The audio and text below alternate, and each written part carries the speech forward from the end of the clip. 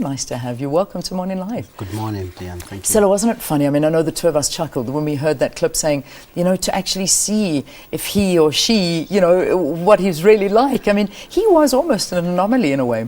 I suppose because of the silence of Madiba for so long, he existed, but we didn't know who he was. And, it was one of those things that you were looking forward to. Yeah. How does this man look like? I think it was one of the best moments this country would always look back at. Yeah, it certainly will. I mean, this is footage. These are scenes that live on forever and ever. I mean, I heard somebody saying that in my time, I will never forget him. Well, I can promise you, in my children's time, they'll never forget him. In their children's time, he's just somebody that he's embedded in our hearts, minds, and souls. Yes, of course. But I think of course, we always say this that.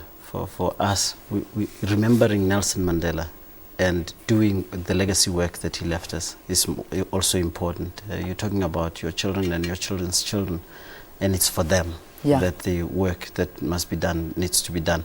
Because if you think of 25 years ago, you were saying how with you the uncertainty of what's going to happen next, being a white family.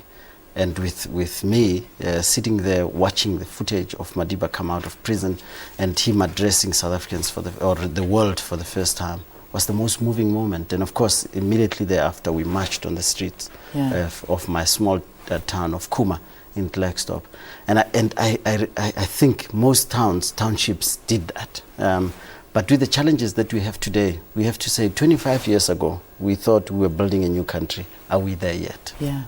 Yeah, that's something we need to keep we need to constantly keep that and strive to go forward, not live looking backwards, because that perhaps is one of our downfalls. I think and being forward-looking, of course, does not mean that you forget that past, because it's when we forget that we then forget the sacrifices that people like Nelson Mandela, people like Robert Sobukwe, people like that the Sisulu family made for us to be here. And it's when we forget that we then also forget our responsibility.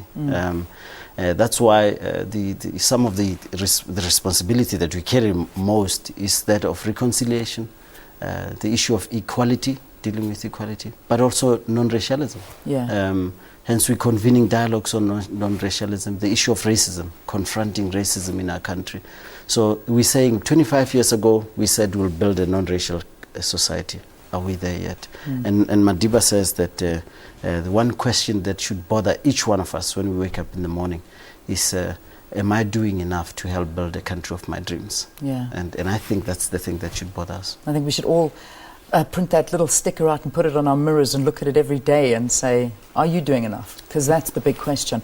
I want to talk to you the whole morning, but today, 16:22, 4 o'clock, 22 minutes past 4, that was the day that was the time of the day on this day, 25 years ago, that he took his first steps as a free man. You're going to be commemorating that as the foundation? We're marking this moment with the SACC and the Constitutional Court here in Johannesburg.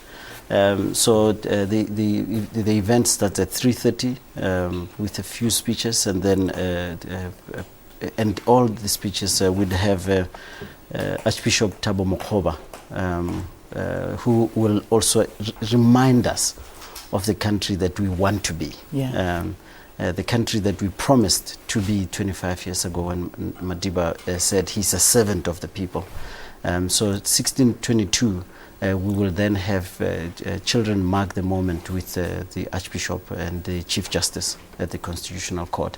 And we urge South Africans, wherever you are, mark this moment. There are people who will be in the Cape, in Victor Verster, also convened by the SACC and the Foundation. We urge you to join if you can. But from wherever you are, 1622, mark that moment whichever way you can. And it should be embedded in our minds as to what we need to do. Sello Hatang, CEO of the Nelson Mandela Foundation, thank you very much for coming in and talking to us on this very special occasion, the 25th anniversary of the release of our former late President, Nelson Mandela.